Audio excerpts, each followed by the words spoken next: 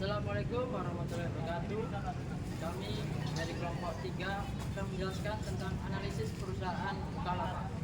Perkenalkan, nama saya Adam Mustafa dengan NIM 1212300-145 dan rekan saya. Dan saya Toha Puting dengan NIM 1212300-212. Saya Agda Mereka Ayu dengan NIM 1212300-159.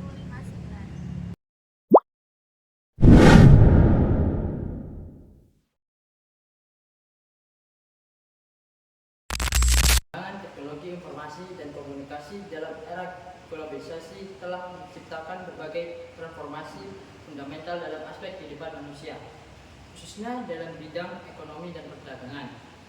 Di Indonesia sendiri, kemajuan teknologi telah mendorong munculnya berbagai platform digital yang berfungsi sebagai perantara transaksi jual beli secara online atau yang dikenal sebagai e-commerce.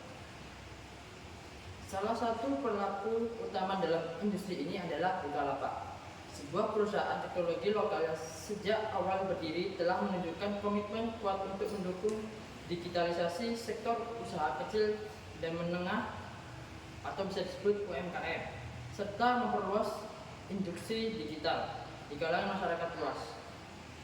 Bukalapak sendiri didirikan pada 10 Januari 2010 oleh tiga orang, yaitu yang pertama Ahmad Zaki, yang kedua Nugroho Heru Cahyono, dan yang ketiga Fajri Rashid.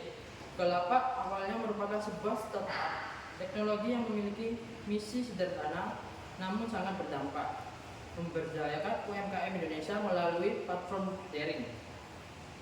Nama Bukalapak sendiri berasal dari kata lapak yang biasanya digunakan untuk menyebut tempat usaha, khususnya dalam konteks pasar atau kios tradisional.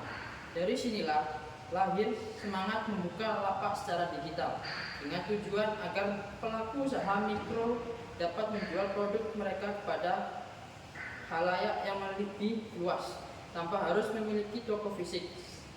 Seiringnya waktu, Bukalapak mengalami pertumbuhan pesat, mengalami perubahan dari sekadar marketplace menjadi sebuah ekosistem teknologi yang menyentuh berbagai aspek kehidupan masyarakat. Tidak hanya menyediakan sarana jual beli, Bukalapak juga menawarkan layanan keuangan seperti investasi digital, pembayaran tagihan, pembelian pulsa, hingga mitra dengan warung-warung tradisional melalui program Mitra Bukalapak. Melalui inisiatif ini, Bukalapak menjembati warung dengan teknologi digital, sehingga warung dapat menjual produk digital dan menjadi titik layanan masyarakat yang lebih modern dan efisiensi. Pencapaian besar lainnya adalah ketika Bukalapak menjadi perusahaan teknologi Indonesia pertama yang tercatat di Bursa Efek Indonesia atau bisa disebut BEI pada Agustus 2021 dengan kode saham Buka. Langkah ini menunjukkan keseriusan perusahaan dalam mengembangkan bisnis secara berkelanjutan serta memperluas dampak bagi masyarakat Indonesia. Oleh karena itu, keberadaan Bukalapak tidak hanya dilihat di sisi komersial semata, tetapi juga dari sisi sosial sebagai agen perusahaan, agent of change dalam mendorong transformasi digital inklusif di Indonesia. Analisis kelebihan dan kekurangan perusahaan Bukalapak. Kelebihan Bukalapak dalam sistem informasi manajemen. Yang pertama, Bukalapak memiliki sistem informasi yang terintegrasi mulai dari pengelolaan inventory, transaksi, layanan, pelanggan, hingga logistik. Hal ini mempermudah pengambilan keputusan berbasis data secara real time. Kedua, pengguna teknologi canggih, AI dan machine learning untuk mempersonalitas produk dan deteksi penipuan. Berikutnya, big data analytics untuk menganalisis perilaku pengguna dan tren pasar. Yang ketiga, dashboard manajerial. Pimpinan dan manajemen Bukalapak memiliki akses yang dashboard interaktif yang menyajikan laporan kinerja, KPI, dan matriks bisnis meeting lainnya secara visual dan real time, sehingga mempermudah pengambilan keputusan strategi. Yang keempat, manajemen hubungan pelanggan. Bukalapak memiliki sistem CRM yang membantu memantau dan meningkatkan pengalaman pelanggan melalui feedback, layanan pelanggan, dan rekomendasi produk yang dipersonalisasikan. Berikutnya, kekurangan Bukalapak dalam sistem informasi manajemen. Yang pertama, keterbatasan adaptasi pasar. Meskipun sistem informasi sudah canggih, SIM selalu berhasil memprediksi perubahan perilaku konsumen secara cepat dan tepat. Kedua, ketergantungan pada teknologi pihak ketiga. Beberapa sistem mendukung seperti sistem pembayaran logistik atau cloud service masih mengandalkan mitra pihak ketiga. Berikutnya yang ketiga, kebocoran dan keamanan. Bukalapak pernah mengalami insiden kebocoran data pada tahun 2019 yang menunjukkan adanya celah pada sistem manajemen keamanannya. Dan yang terakhir, kompleks sistem. Sering bertumbuhnya platform, sistem informasi Bukalapak menjadi sangat kompleks. Hal ini bisa memperlambat pengambilan keputusan atau menyulitkan integrasi sistem baru jika dikelola dengan baik. Proses pembangunan. Identifikasi kebutuhan sistem informasi yang relevan dengan tujuan bisnis Bukalapak. Analisis kebutuhan pengguna dan pemangku kepentingan. Penentuan arsitektur sistem, termasuk teknologi yang akan digunakan. Misalnya aplikasi mobile, website, dan database. Selanjutnya, pengembangan.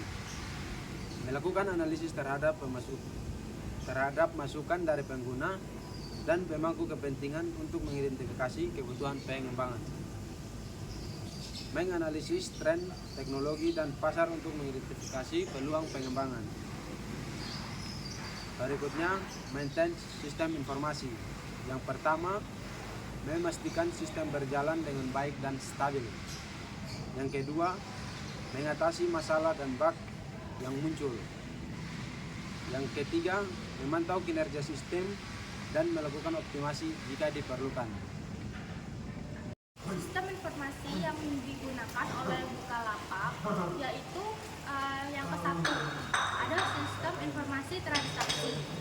Ini adalah sistem yang menangani semua transaksi jual beli di platform melalui dari proses pemilihan produk, pembayaran, pengiriman, hingga pengelolaan pengembalian atau yang disebut refund. Yang kedua, ada sistem informasi manajemen. Sistem ini memberikan informasi yang relevan bagi manajemen untuk mengambil keputusan, perilaku pengguna, dan penjualan kinerja bisnis secara umum. Yang ketiga, ada sistem pendukung, yaitu membantu manajemen dalam menganalisis dan pengembalian keputusan strategis dengan memberikan berbagai opsi dan skenario, misalnya untuk perencanaan produksi, penentuan harga, atau penentuan lokasi logistik. Yang keempat, ada sistem informasi eksekutif. Sistem ini memberikan gambaran umum tentang kinerja perusahaan secara keseluruhan, memberikan informasi yang penting bagi eksekutif dalam pengembalian keputusan jangka panjang. Yang terakhir, yang kelima, ada e-commerce. E-commerce ini Bukalapak sendiri merupakan platform e-commerce yang berarti sistem informasi yang mengelola jual beli online dari penawaran produk hingga pengiriman.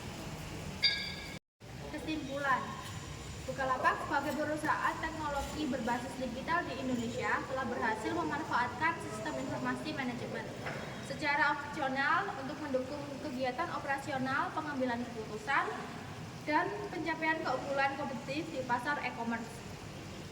Sistem informasi yang digunakan seperti ERP, SCM, CRM, business intelligence, dan data analitik kemungkinan integrasi data yang lebih baik antar departemen, peningkatan efisiensi operasional, serta pengambilan keputusan yang tepat dan berbasis data. Penerapan SIM di Bukalapak sangat penting untuk menghadapi dinamika pasar digital, merespon perubahan perilaku konsumen, serta meminimalkan risiko teknologi dan operasional. Dengan demikian, sistem informasi menjadi elemen kunci bagi Bukalapak dalam menjaga daya saing, inovasi, dan keberlanjutan sistem di era digital. Sekian penjelasan dari kelompok 3 tentang analisis perusahaan Bukalapak. Wassalamualaikum warahmatullahi wabarakatuh.